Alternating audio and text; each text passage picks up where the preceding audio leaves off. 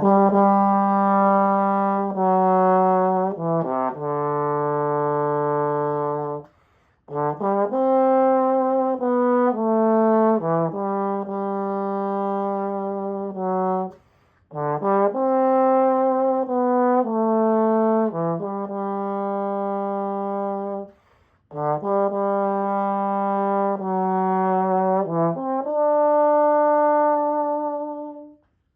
YouTube, welcome back to another video. I've got a wacky trombone for us to look at today. This is not mine yet. I am borrowing this with perhaps the intent of buying it. Some of you may remember my B&S Meistersinger MS-27K bass trombone that I had for a couple years. One of the most favorite bass trombones I've ever had. I actually bought it after playing somebody else's, and I was like, whoa, that's special. I really like that. And I ended up buying one, and I loved it, but it was just the weirdest, most picky instrument that I've ever owned. I could only ever get it to work with, there it is, this Tine BME mouthpiece, which is pretty odd. It took a lot of work to work up every time, and so it came to the point where I would be like, well, the B&S would probably be best, but I don't want to spend the time to like learn how it works again, so I'm just going to take my M&W or fill in the blank. And so I ended up selling that with the intent of either replacing it with the new model of that instrument, the Meistersinger B&S, with what are they called? Ultra valves, not ultra valves, something like that. They have a new valve that's super cool, and it's better. I've played a tenor with them, they're amazing. Or getting something similar, because that's a kind of German style instrument. It's got a lot of German tweaks to it with kind of some American touches. I think they're great. One of the other instruments I've always considered, but never seriously because of the price, is a Tine.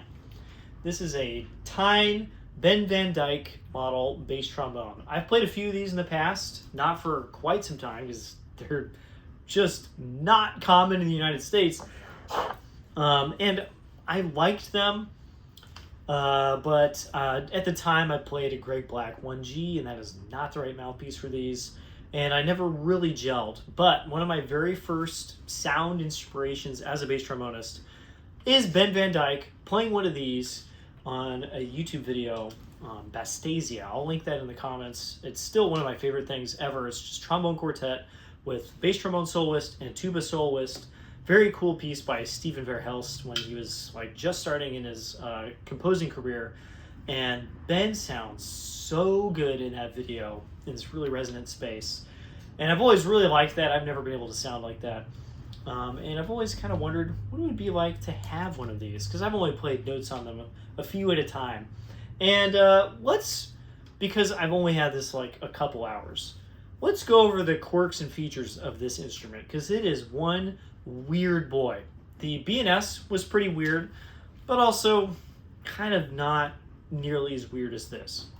So let's hold up a normal instrument on one side and the Tine on the other. I've got the bells at the same spot right now, and you'll notice they look pretty wackily different. So let's go over the specs on this first. We have 562, 578, as far as I could tell. I just measured the slide bores. That's pretty much what I got. So large dual bore, nickel slide, all nickel, with one oversleeve. I'm discovering some of these in real time. One oversleeve on the bottom. We have nickel crook, kind of in the German style where there's some straight parts of the crook before it starts to bend. On Box and a lot of modern instruments, there's not a lot of straight stuff after the crook starts. They want to save that for slide tubes, so your slide's longer rather than just having a really long crook. We've got this weird long water key.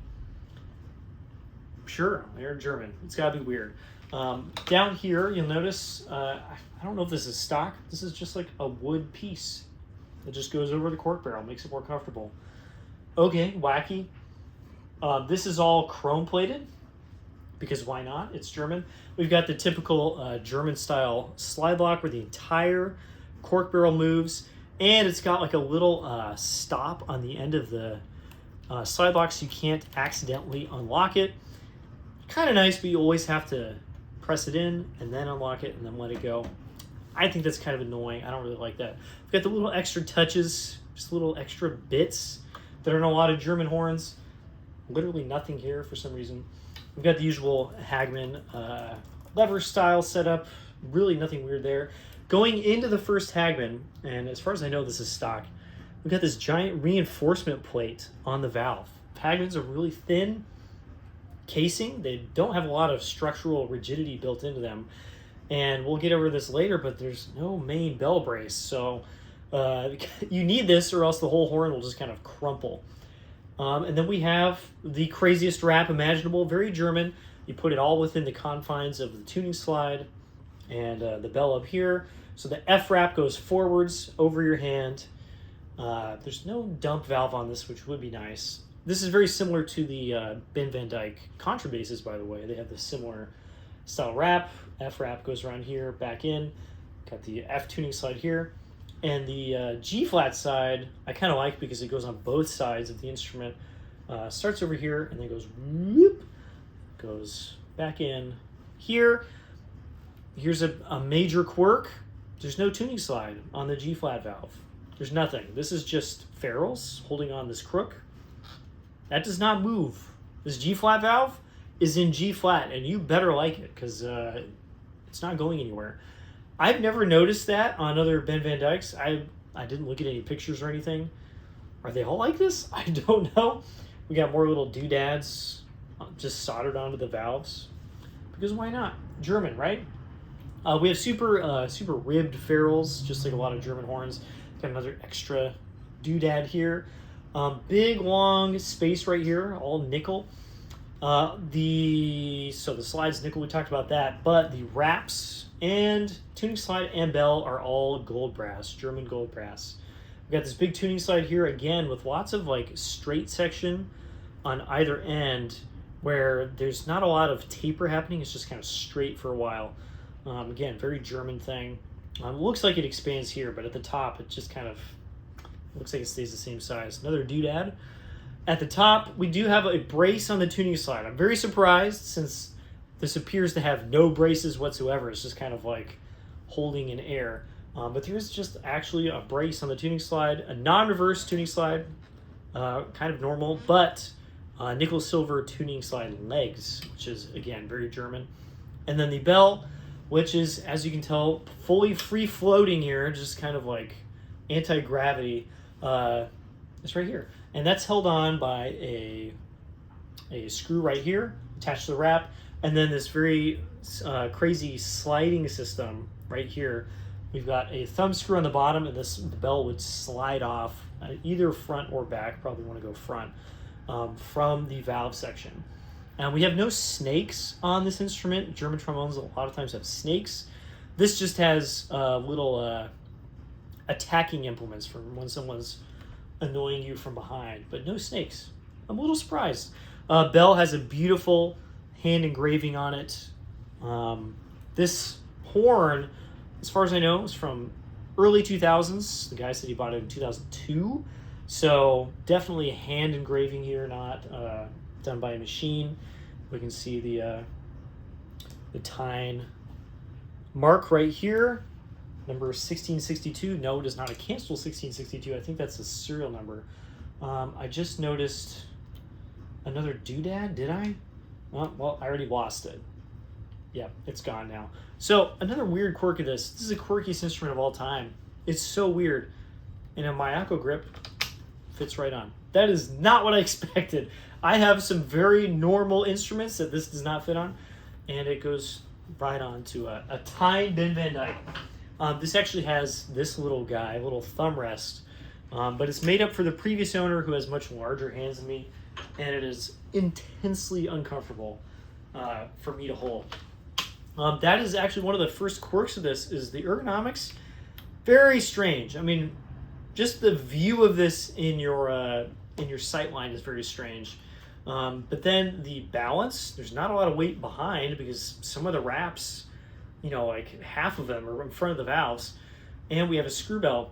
and a crons. I didn't say that, but this is a screw belt, and it has got this nickel garland, or a crons, in the front. There's a lot of weight out front.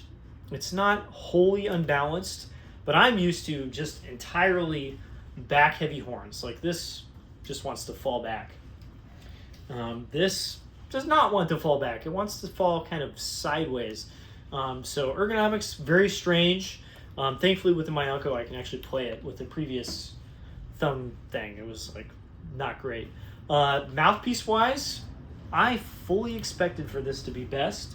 With my Tine mouthpiece, I'm pretty sure this is what Ben used. Again, I don't actually know that. The Thein BME, BME, can't remember my German. And I don't really like it in this, at least with this lead pipe. It's a little thin. Can't really get the fatness in the sound that I want. I tried my Lasky 85, it was much better. And then I tried my Grego Marquee 87, and it's fine. It's great. Everything's in tune. Feels like a real instrument. So despite this looking very quirky and also being very quirky, it is not mouthpiece picky. Whereas the B&S, which looks much less quirky, was not happy with any mouthpiece except for that Tine. It was impossible to play with a lot of stuff. The valve bores might be progressive. I measured the F-Rap at 610, which is larger than the 593 that we use on American instruments, American style instruments. And of course, I can't measure the G-flat wrap because you can't get into it. So I can't get in there. Very interesting instrument. Again, I've not had a lot of time, but it's got that fatness to it. That Ben van Dijk sound where it's just like blah, blah, that I do enjoy. I'm learning how to get to it.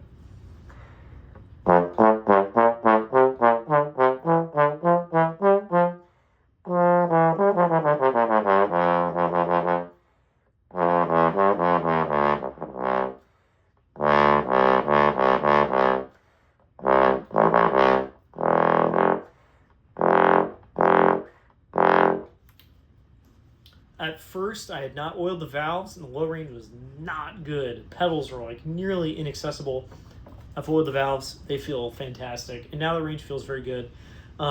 Pedals are definitely less even than with a single bore slide. I actually thought this was a small dual bore. I think they sell these also as 560 or 547, 562 dual bores, small German style. And so I assumed it was dual bore, and I thought it might feel a little tight because of that. But it does make the pedals less even. As I've noted with Bonezilla, the range below low B flat gets better, and then the pedals get worse. They feel different. They're less open, kind of harder to center. When I play this just right, they are very good.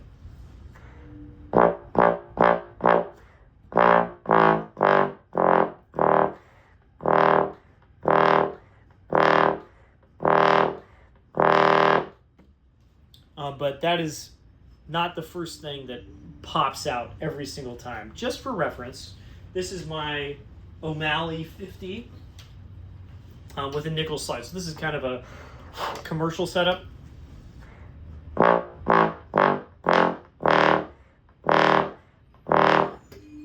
Those feel much more natural, much more quick. They're louder. There's a lot of things about that are different. Obviously, a completely different sound. So I'm not trying to equate the two. They're doing different things, but that's just a sound example. So what are the plans with this? Again, I don't own this yet.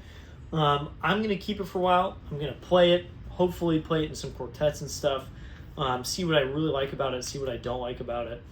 I'm not feeling, at this moment, like I need to own it for the rest of my life, but maybe that's something that happens. I would like to have a kind of weird German instrument that kind of does its own thing.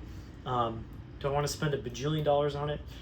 Not really. So that's one of the downsides for sure. These days, like $16,000 or something, especially with the new tariffs that were just enacted. I can't even imagine how much one of these costs. Not going to be paying a new price, that's for sure. But there we go. Quirks and features of the Ben van Dijk Tine. We'll find out more later, and I'll keep you guys informed. See you all in the next video. Bye-bye.